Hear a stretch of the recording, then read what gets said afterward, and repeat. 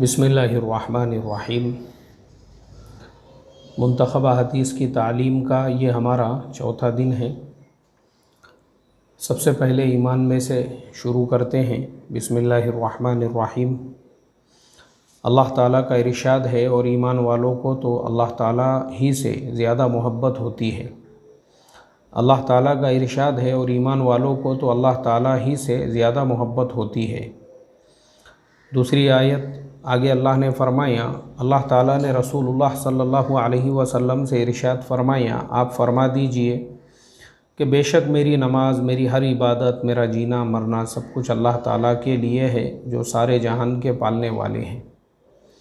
अल्लाह ताला ने रसूलुल्लाह सल्लल्लाहु अलैहि वसल्लम से इरशाद फरमाया, आप फरमा दीजिए कि बेशक मेरी नमाज और मेरी हर इबादत, मेरा जीना मरना सब कुछ अल्लाह ताला के लिए है, जो सारे जहान के पालने वाले हैं। अब हम पढ़ेंगे नमाज में से।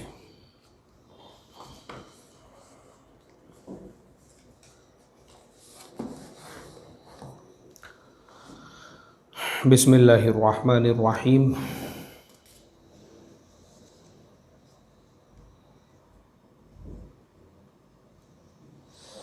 अल्लाह ताला ने कामयाब ईमान वालों की एक सिफ़त ये बयान फरमाई है कि वो अपनी फ़र्ज़ नमाज़ों की पाबंदी करते हैं।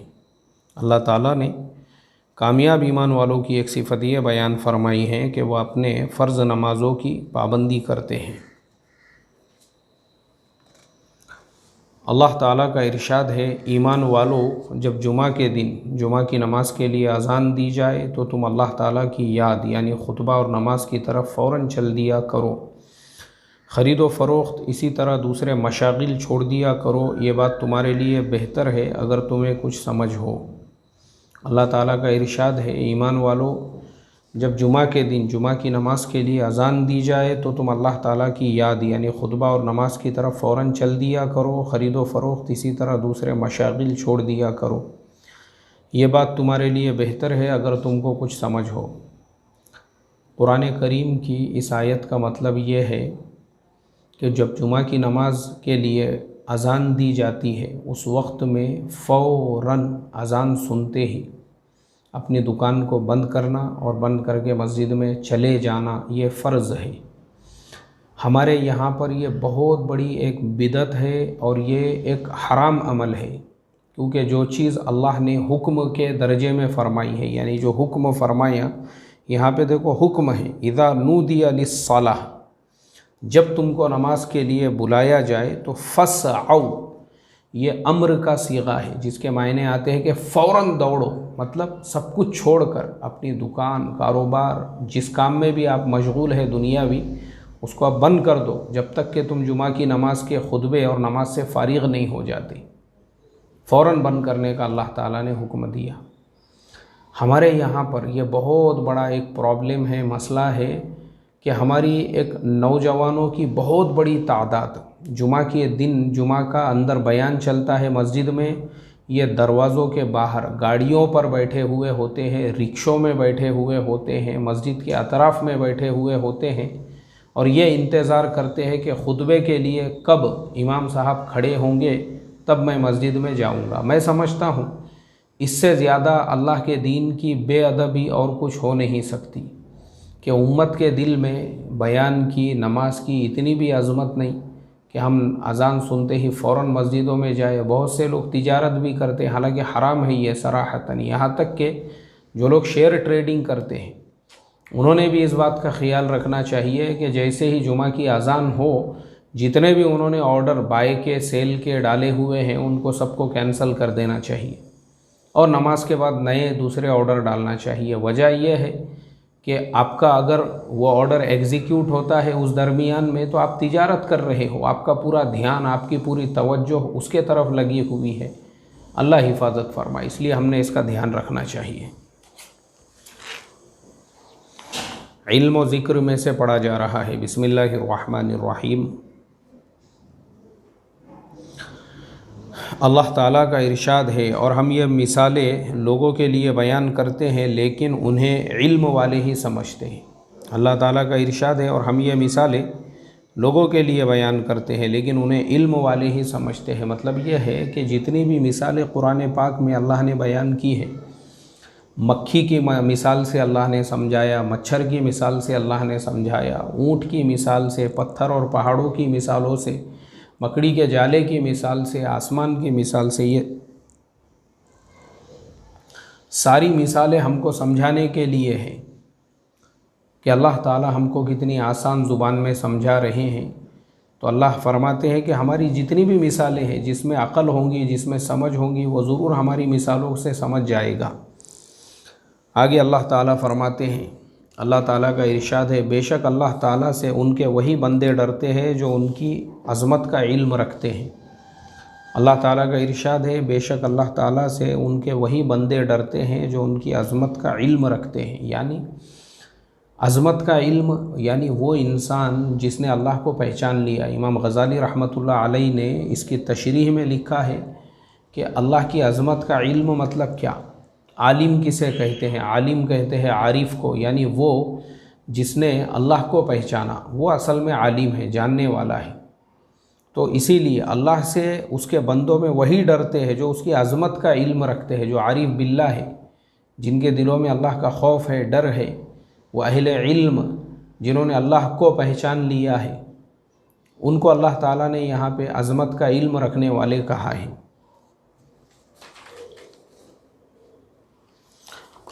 इकरा में मुस्लिम में से पढ़ा जा रहा है। हदीस पढ़ेंगे, कुरान पाक की आयतें मुकम्मल हो चुकी हैं। हज़रत आयशा रज़ी अल्लाह ताला अन्हा फरमाती हैं, हमें रसूलुल्लाह सल्लल्लाहु अलैहि वसल्लम ने इस बात का हुक्म फ़रमाया, हम लोगों के साथ उनके मरातिब का लिहाज करके बर्ताव किया करें। हज़रत आयशा रज़ी अल्लाह ताला अन्हा फरमाती हैं, हमें रसूलुल्लाह सल्लल्लाहु अलैहि वसल्लम ने इस बात का हुक्म फ़रमाया, हम लोगों के साथ उनके मरातिब का लिहाज करके बर्ताव किया करें। मतलब क्या है इसका? इसका मतलब ये है कि एक ही लाठी से सबको ना हाँका जाए, बल्कि लोगों के मर्तबे का ख्याल रखा जाए। जैसे इंसान अपने बाप और बेटे दोनों के बीच के फ़र्क को समझता है, उसे अपने बाप के साथ क्या सलूक करना चाहिए और बेटे के साथ में क्या। जो तू ताकी ज़ुबान और लैंग्वेज वो अपने बेटे के लिए इस्तेमाल करता है, अपने बाप के लिए नहीं करता है। क्यों? क्योंकि बाप बाप है। ऐसे ही दुनिया में और लोग भी हैं, उनके मरातिब का लिहाज ज़रूरी है। और ये सुन्नत है अल्लाह के नबी की। जब अल्लाह के नबी सल्लल्लाहु अलैहि वसल्लम से मिलने के लिए कोई यहूदी सरदार आते तो आप उनके इकराम में खड़े हो जाते। मुशरिकीन मक्का के बड़े बड़े सरदार आते तो अल्लाह के नबी उनका इकराम फरमाते। यहाँ तक कि सुलह हुदैबिया के मौके पर हमने वो पूरा डिटेल में पढ़ा हुआ है। उर्वा इब्ने मसऊद और सुहैल और दीगर लोग जो अल्लाह के नबी के पास बार बार आ और जा रहे थे, अल्लाह के नबी सल्लल्लाहु अलैहि वसल्लम के अखलाक उनके साथ कैसे थे। अल्लाह के नबी ने उनके मरातिब का लिहाज रखा फ़तह मक्का के बाद। हालांकि ये सारे लोग अभी ईमान में दाखिल नहीं हुए थे, उर्वा इब्ने मसूद और सुहैल वग़ैरह। उसके बावजूद अल्लाह के नबी ने सुलह हुदैबिया के मौके पर इनका इकराम फरमाया। और फ़तह मक्का के बाद अबू सुफियान, जिसने सारी ज़िंदगी ये मेहनत करने में, कोशिश करने में लगा दी कि अल्लाह के नबी को कैसे नेस्त व नाबूद और ख़त्म किया जाए, अल्लाह के नबी सल्लल्लाहु अलैहि वसल्लम ने उसके मर्तबे का लिहाज करते हुए उसको रिस्पेक्ट दिया, उसका इकराम किया और ऐलान फरमाया कि लोगों, जो अबू सुफियान के घर में रहेगा उसको अमन है। मतलब उसका जो मर्तबा था सरदारी का, उसको बाकी रखा आपने। इससे पता ये चला कि अगर हमारे ताल्लुकात में भी मुसलमान हो या कोई नॉन मुस्लिम हो, कोई भी हो, किसी भी समाज का इंसान हो, चाहे वो पॉलिटिकल पार्टी से ताल्लुक़ रखता हो, दुनियादार हो, अगर वो हमारे किसी मजलिस में आता है या हम उससे मिलते हैं तो हम पूरे रिस्पेक्ट के साथ, पूरी इज़्ज़त के साथ उसके मकाम, उसके मर्तबे का लिहाज करते हुए उससे मुलाकात करें। अब हमारे बहुत सारे लोगों की मेंटलिटी और सोच ऐसी रहती है, अरे ये तो दुनियादार लोग हैं, अरे ये तो पॉलिटिकल लोग है, इनको क्या पूछने का, मैं तो देखता भी नहीं उनको, मैं तो किसको इज़्ज़त भी नहीं करता मैं। तो भाई तू इसलिए नहीं करता क्योंकि तूने अल्लाह के नबी की सुन्नत को पहचाना ही नहीं। अगर तू अल्लाह के नबी की सुन्नत को पहचानता था, क्योंकि हमारे ज़माने में आज ईगो और एटीट्यूड, ये दो चीज़ों ने हमारे नौजवानों को और हमारे समाज को बर्बाद किया हुआ है। ईगो और एटीट्यूड। एटीट्यूड किसे कहते हैं? किसी कंपनी में जॉब कर रहे हैं, सुनता नहीं बोले मैं बॉस की, उसके बाप की भी नहीं सुनता मैं। क्यों? मैंने कभी मेरे बाप की नहीं सुना, बोले घर में तो बॉस की कौन सुन रहा। तो ये जो एटीट्यूड है ना, ये इस बात का सबूत है कि आपने अखलाक की तालीम हासिल नहीं की। अगर आप करते तो अपने बॉस को अपने उस्ताद की तरह से पूरा रिस्पेक्ट देते थे। ये एटीट्यूड से लोग बर्बाद होते हैं, ईगो की वजह से। तो अखलाक और किरदार और रिस्पेक्ट, चाहे कोई किसी भी समाज, किसी भी ज़ात, किसी भी धर्म का हो, उसके मकाम, उसके मर्तबे के एतबार से, ये जो हज़रत आयशा सिद्दीक़ा रदी अल्लाह ताला अन्हा की हदीस है कि लोगों के साथ उनके मरातिब का लिहाज करके बर्ताव किया करो, बहुत बड़ी बात है ये। अल्लाह हम तमाम को अमल की तौफ़ीक़ अता फ़रमाए। इखलास नीयत में से पढ़ा जा रहा है। अल्लाह ताला का इरशाद है, अल्लाह ताला के पास न तो उन क़ुरबानियों का गोश्त पहुँचता है और ना ही उनका खून, बल्कि उनके पास तो तुम्हारी परहेज़गारी पहुँचती है, यानी उनके यहाँ तो तुम्हारे दिली जज्बात देखे जाते हैं। अल्लाह ताला के पास ना तो इन क़ुरबानियों का गोश्त पहुँचता है, ना ही इनका खून, बल्कि अल्लाह के पास तो तुम्हारी परहेज़गारी पहुँचती है, यानी उनके यहाँ तो तुम्हारे दिली जज्बात देखे जाते हैं। मतलब ये है कि भाई आप नेक अमल किसके लिए कर रहे हो, आपके दिल में क्या नीयत है, आप किसको राज़ी और खुश करना चाहते हो। जो दिल में है वो अल्लाह के यहाँ पे पहुँचेगा, क्योंकि क़ुरबानी हम करते हैं तो ना गोश्त अल्लाह के पास जाता है, ना खून जाता है, ना उसका जो खाल होती है वो जाता है, कुछ भी नहीं जाता है। सब हम खा के फारिग हो जाते हैं। तो अल्लाह के पास क्या जाता है? हमारे दिलों के अंदर के जज्बात और हमारी नीयतें अल्लाह के पास जाती है। अब हम पढ़ेंगे दावत इल्लल्लाह। अल्लाह ताला ने अपने रसूल सल्लल्लाहु अलैहि वसल्लम से इरशाद फरमाया, आप अपने रब के रास्ते की तरफ हिकमत और अच्छी नसीहत के ज़रिए दावत दीजिए। अल्लाह ताला ने अपने रसूल सल्लल्लाहु अलैहि वसल्लम से इरशाद फरमाया, आप अपने रब के रास्ते की तरफ हिकमत और अच्छे नसीहत के ज़रिए दावत दीजिए। ये जो कुरान करीम की आयत है मेरे मोहतरम दोस्तों, इसका मतलब और मफ़हूम समंदर के जैसा है कि लोगों को जब तुम दीन की दावत दे रहे हो या लोगों को तुम अल्लाह की तरफ बुला रहे हो, प्यार, मोहब्बत, हिकमत, विदाउट एनी निगेटिव कमेंट के आप उनको प्यार, मोहब्बत, हिकमत के साथ में बुलाइए। ये हमारा काम है। अब जैसे हमारे ज़माने में बाज़ औक़ात ऐसा होता है, कोई कॉलेज में पढ़ने वाला स्टूडेंट है या कोई जॉब करने वाला है, वो बेचारा पैंट शर्ट पहनता है, वो फॉर्मल ड्रेस पहनता है, कॉलेज का यूनिफॉर्म पहनता है। तो बहुत सारे लोग जो असल काम है वो काम छोड़कर उनको इस बात की फ़िक्र हो जाती है कि उसको पैंट शर्ट उतार के पैजामा कुर्ता कैसे पहनाया जाए, या कॉलेज का स्टूडेंट है उसको पैजामा कुर्ता। हालांकि ये हमारे काम का हिस्सा है ही नहीं। एक्चुअल में हमने अभी तक तबलीग के उस मफ़हूम को समझा ही नहीं। मुझे आप बताओ, तबलीग के काम का कोई यूनिफॉर्म है क्या? हमारे हज़रत जी मौलाना साहब फरमाते हैं, ये तो बोले एक काम है, ये मेहनत है। जो इंसान जिस शोबे में, जिस लाइन में, जिस लाइफ स्टाइल के अंदर ज़िंदगी गुजारता है, वो उसमें रहते हुए ये काम करे, ये काम है ये। तो इस काम का मतलब ये नहीं है कि आप लोगों को उनके धंधों से, उनके कारोबार से, उनकी लाइन से, उनकी जॉब से हटाया जाए या उनके यूनिफॉर्म से उनको हटाया जाए। ये इस काम का मकसद ही नहीं है कि एक आदमी एक कंपनी में जॉब कर रहा है या एक कॉलेज का प्रोफेसर है या एक स्कूल का टीचर है और मैनेजमेंट उसको 4 महीने की छुट्टी नहीं दे रहा है और ये ज़िद पे अड़ा हुआ है, नहीं मैं तो जाऊँगा, जो बोले देखेंगे कौन कैसा रोकता मुझे। अरे भाई 40 दिन की तुझे छुट्टी, नहीं मुझे तो 4 महीने जाने का है, बोले ये दावत का काम नहीं है। हमारे हज़रत जी मौलाना साहब साफ़ लफ्ज़ों में मना फरमाते हैं, ये दावत का काम ही नहीं है। ये किसने बोला आपको? अपनी जो रोज़ी है, रोज़ी उसको लात मार के, उसको छोड़ के, अरे भाई दावत का काम करो ना। अभी आप जो है हिकमत से काम करो, अभी आपके पास फुर्सत चिल्ले की है, अभी चिल्ला ही लगाओ आप। अगर आपको छुट्टी नहीं मिल रही है, क्योंकि ये भी आपकी वादा खिलाफ़ी है कि आप 4 महीने जा रहे हो, आपके कितने प्रोजेक्ट पेंडिंग रहेंगे, कंपनी को लॉस होगा, नुकसान होगा, या आप जॉब छोड़ देते हैं, बेरोज़गार होंगे आप। और मैं ऐसे कई इंजीनियर्स को जानता हूँ मैं, नाम सुने हुए नहीं, जानता हूँ मैं खुद, जिनको 1.5 2 लाख रुपये सैलरी थी, लेकिन बोले नहीं, अरे भाई कंपनी चिल्ले की छुट्टी देने को तैयार थी, नहीं मैं तो 4 महीने जाऊँगा बोले।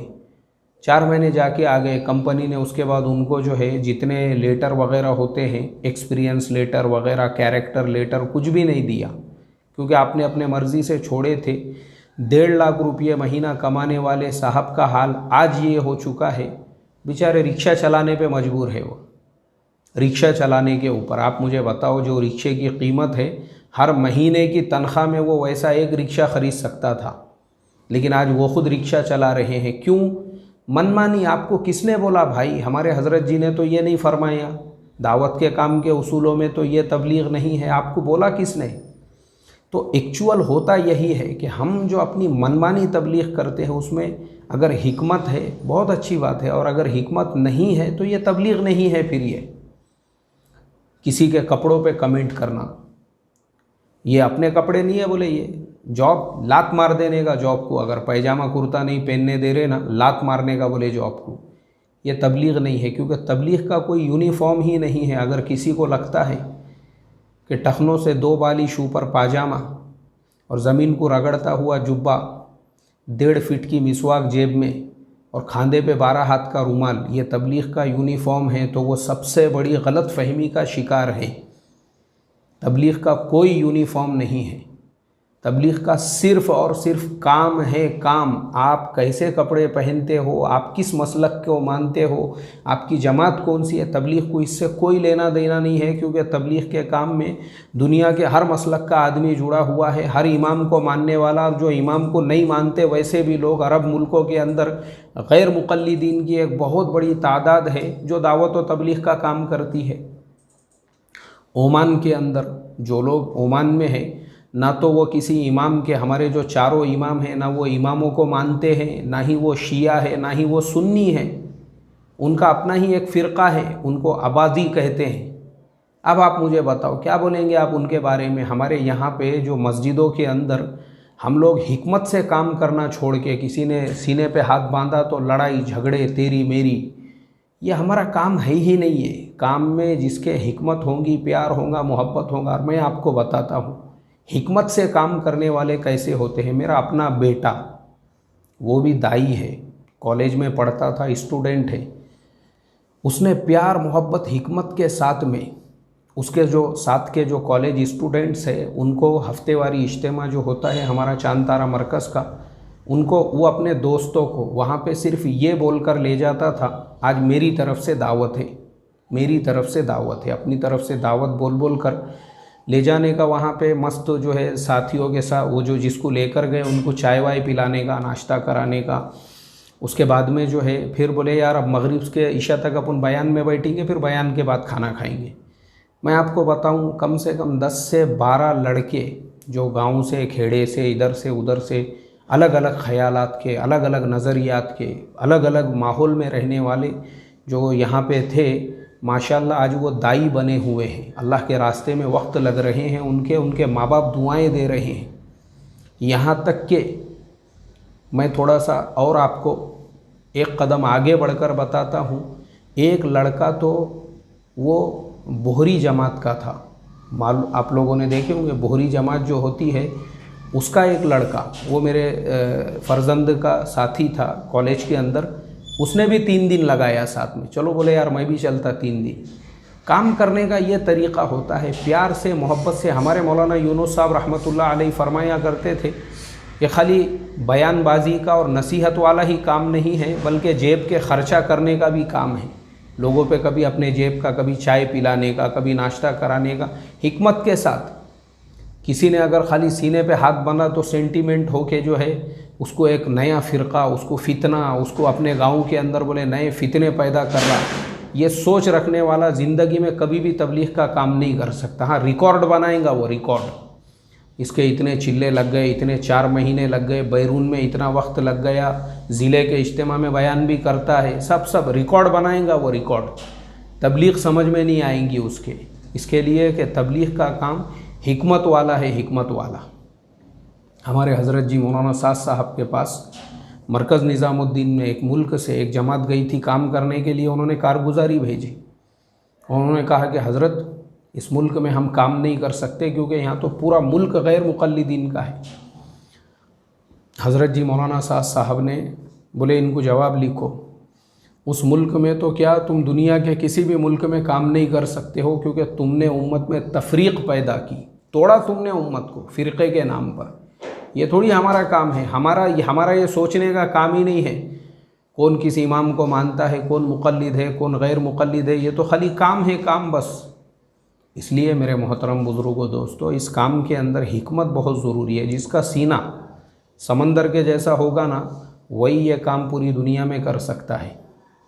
और जो खाली लेके बैठ गया, घराने लेकर बैठा, घरानों का टोकरा कि ये फ़िरक़े वाले ऐसा कर रहे, वो जमात वाले वैसा कर रहे, अरे इनका तो ऐसा है, उनका तो वैसा है, वो सिर्फ़ रिकॉर्ड बना सकता, काम नहीं कर सकता। अल्लाह हिफाजत फरमाई।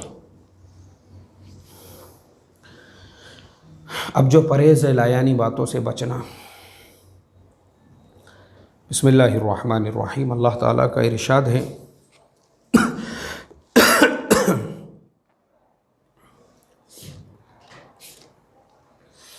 ईमान वालों की एक सिफ़त ये बयान फरमाई और बेहुदा बातों में शामिल नहीं होते। अगर इत्तेफाकन बेहुदा मजलिसों के पास से गुज़रे तो संजीदगी और शराफत के साथ गुज़र जाते हैं। अल्लाह ताला ने ईमान वालों की एक सिफ़त ये बयान फरमाई, वो बेहुदा बातों में शामिल नहीं होते और अगर इत्तेफाकन बेहुदा मजलिसों के पास से गुज़रे तो संजीदगी और शराफत के साथ गुज़र जाते हैं। इसका मतलब इंशाअल्लाह कल हम बयान करेंगे। अल्हम्दुलिल्लाह, अल्लाह के फ़ज़ल व करम से सिलसिला जो शुरू हुआ मुंतख़ब की तालीम का, दुनिया भर से लोग दुआएं दे रहे हैं। बहुत सारे लोग, एक साहब ने कहा कि मौलाना 3 महीनों के बाद पहली मरतबा मैंने तालीम सुना, अल्लाह आपको जज़ाए खैर दे। तो हमारे समझ में ये आया कि जैसे मुंतख़ब की तालीम से उम्मत को फ़ायदा हो रहा है, ऐसे ही अब हयातुस सहाबा की तालीम शुरू की जाए हफ़्ते में 1 मरतबा। और वह हयातुस सहाबा की तालीम इंशाअल्लाह हमारे मुफ्ती इमरान साहब जय्यद आलिम दीन है, मुफ्ती है माशाअल्लाह, और उसके साथ साथ मुफ्ती साहब का अल्लाह के रास्ते में साल भी लगा हुआ है। तो हफ़्ते में 1 मरतबा, कल हमारा मशवरा हुआ तो मुफ्ती साहब ने कहा ठीक है, हफ़्ते में 1 मरतबा मैं कर लूँगा हयातुस सहाबा की तालीम। तो वह हयातुस सहाबा की तालीम करेंगे। किस दिन करेंगे मुफ्ती साहब? मंगल के दिन करेंगे। ठीक है, इंशाअल्लाह मंगल को, हर मंगल को मुफ्ती साहब जो है हयातुस सहाबा की तालीम करेंगे। तो अल्लाह ताला से हम दुआ करते हैं, अल्लाह ताला हम तमाम को जैसे मुंतख़ब से हम इस्तेफ़ादा कर रहे हैं, वैसे ही हयातुस सहाबा की तालीम से भी इस्तेफ़ादे की तौफ़ीक़ अता फ़रमाए। आमीन सुम्मा आमीन। अस्सलामु अलैकुम व रहमतुल्लाहि व बरकातुहू। सुब्हानल्लाहि व बिहम्दिही, सुब्हानकल्लाहुम्मा व बिहम्दिका, नशहदु अल्ला इलाहा इल्ला अंता, नस्तग़फिरुका व नतूबु इलैक। सुब्हान रब्बिका रब्बिल इज़्ज़ति अम्मा यसिफ़ून व सलामुन अलल मुरसलीन।